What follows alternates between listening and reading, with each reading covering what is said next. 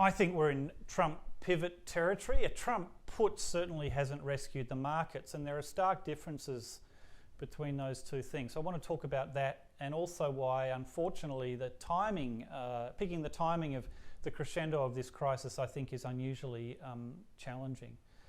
In my career, I haven't seen the likes of what's occurring in the US and the world right now. The crises of my time, the Asian crisis, technology bust, GFC, and even the COVID pandemic were eras in which some degree of latitude was reasonable when judging actions. But that also meant as the pennies began to drop, the policy path and the timing could be understood.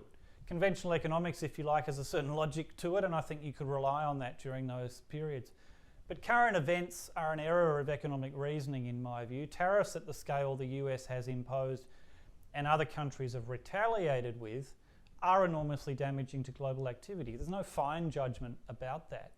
And as such, there's only one outcome which is not enormously damaging, and that is that the US administration pivots on its stated tariff policy. The market reaction, I think, puts us in pivot territory.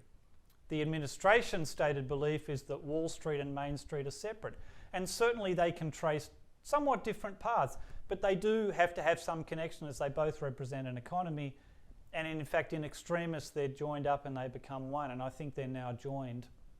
The absence of conventional economic reasoning makes it much more difficult than usual to pick the timing of the pivot. How much financial economy and in fact real economy damage will it take for the administration to choose a different path? I don't know, but I think they eventually will.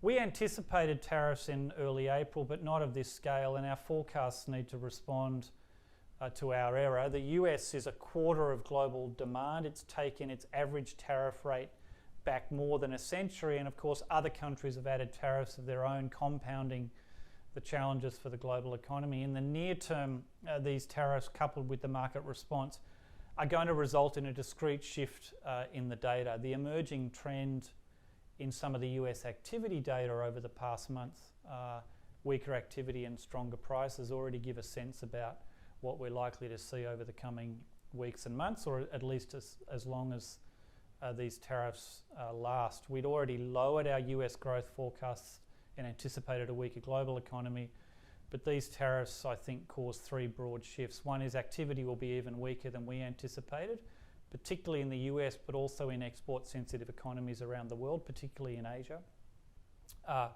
Interest rates will be lower as a consequence across the yield curve, so both bond yields and official interest rates. We've already added 2 more interest rate cuts to our RBA profile, anticipating 3 over the next few months.